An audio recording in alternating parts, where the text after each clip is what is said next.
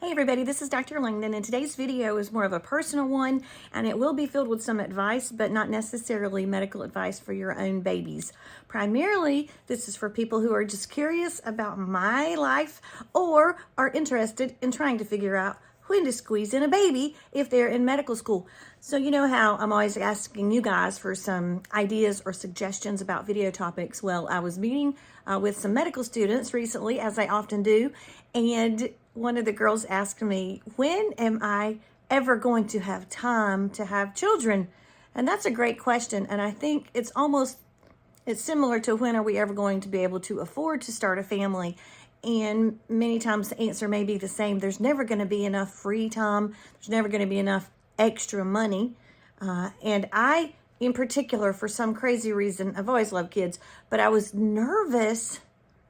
You know, I believe a lot of overachieving people have tendencies toward anxiety because we can envision all the scenarios. And in my mind, I know this is nuts, but this is just me, so don't judge.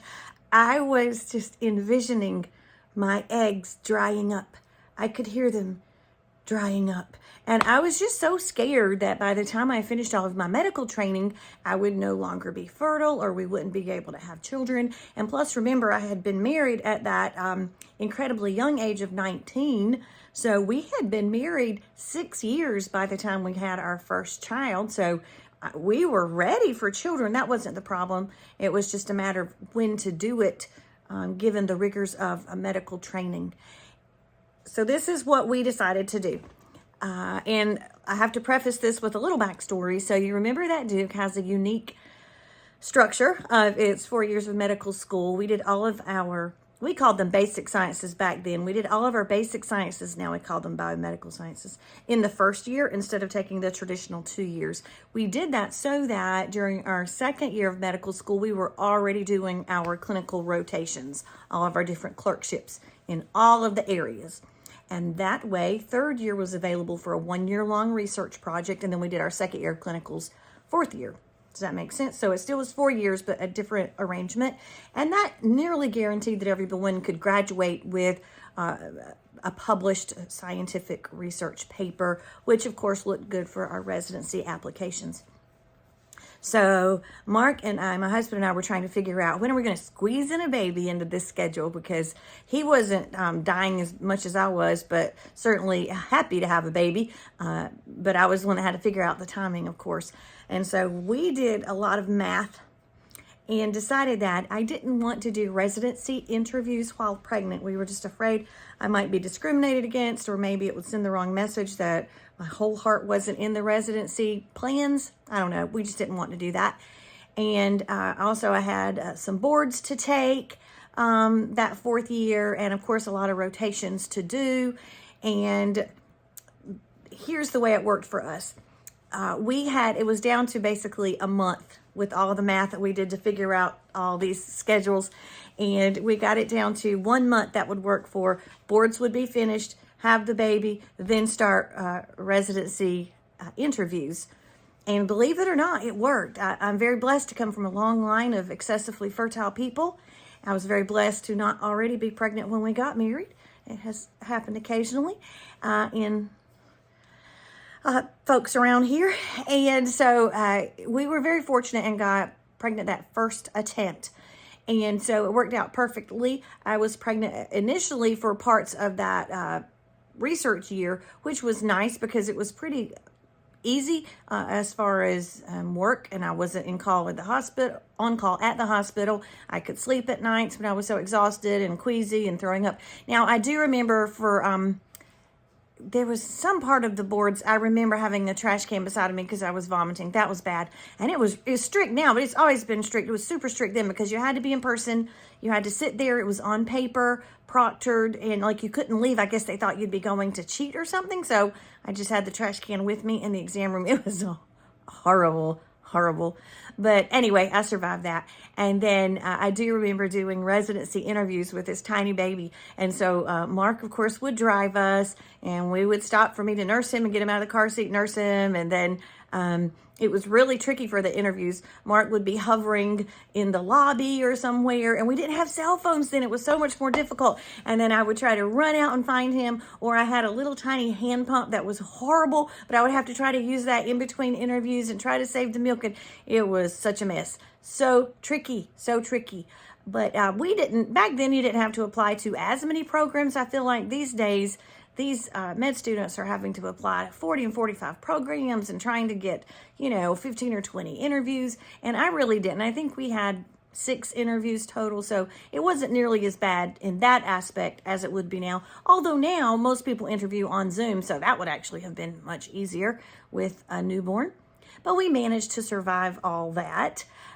So not many people at my med school at Duke had ever had babies on purpose during medical school. And I think then my attitude was one of, I will not burden anybody else. I do not need any special favors. I am doing this on purpose, intentionally, myself, and don't feel sorry for me and don't give me anything extra. And nobody did, that's for sure. I did have a few weeks off after he was born and then went back to rotations, but I had structured it so that I saved like some gentler rotations like radiology and dermatology for after the baby was born. But that meant that while I was pregnant, I was doing some more serious ones. I remember feeling very motivated for some reason.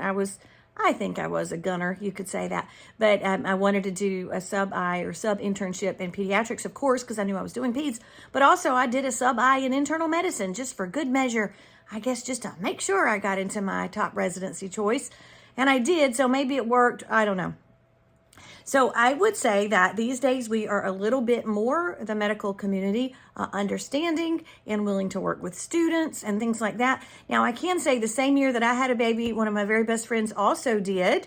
And then she didn't graduate with our class, but she also squeezed in getting a whole entire master's degree, a master's of public health in the meantime somehow. So that was pretty clever and hardworking of her as well. So it can be done, and it was done then, but very rarely. It's done much more often now. Certainly we have plenty of male medical students who have children now in medical school, but it is tricky when it's the female medical student who is having the baby, because it just makes it tricky with the scheduling and everything. So I was blessed that of the 1 month we had to conceive, we did. And then when my water broke and we had to go in, I also used a little bit of student privilege. I knew that from my OB rotation, we would make fun of moms who came in and weren't really in labor. And so I sneaked into the supply room and got a nitrazine strip and checked my fluid to make sure it was amniotic fluid. And it was. And so then we checked in, and I was so proud of myself. Like, you have to admit me. My membranes are ruptured. Ta-da! And so it was also kind of funny because Mark had thought that human baby deliveries were super straightforward because he had helped with his grandpa with a lot of cow deliveries. It was a little bit more challenging when it's your actual baby, but everything worked out fine, thank goodness. Now, the tricky part is, I would tell you, then going on to residency, that first year in residency was so horrendous. As far as work-life balance goes, there was none. I lived in the hospital for at least 100 hours every week. And so most of the pictures of Nathan with me in his first year of life, once I started residency, because he was born in October, so he was probably around 7 to 8 months when I started my residency. I was always sleeping, and so Mark would just set him on top of me sleeping and take a picture of us together because the few hours that I was at home per week, I was exhausted. So that is the definite downside, is that first year of life, while I adored him and lived for him and kept his picture with me in everything that I had on my person and could not wait to see him every moment I got, I just was not home very much, and that was not at all ideal. And then, if that wasn't crazy enough, I had another baby at the end of residency, but also very intentional, also very scheduled. And I was just anxious again, afraid that we wouldn't be able to have any more if I didn't hurry up and have another one. So I'll save that story for another day. As always, please ask me any questions you may have, and like, subscribe, and share. Thanks. Bye.